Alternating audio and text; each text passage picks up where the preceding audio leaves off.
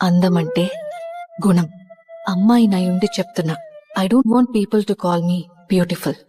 దాని బదులు నీది కష్టపడే తత్వం, నీలో కరుణ ఉంది, నీకు ధైర్యం ఎక్కువ, నువ్వు తెలివైన దానివంటే నాకు సంతోషం. Address us by our qualities. ప్రేమ జీవితంలో ఒక దశ మాత్రమే, అదే దిశ కాదు.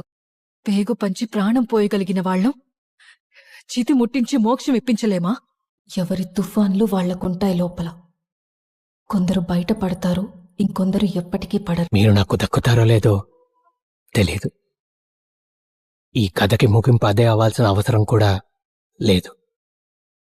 మంచి ప్రేమ కథ లక్షణం చివరికి ప్రేమికులు కలిశారా లేదా అని కాదు, ప్రేమ వాళ్లని ఎంతగా మార్చిందో తెలియచేయడం.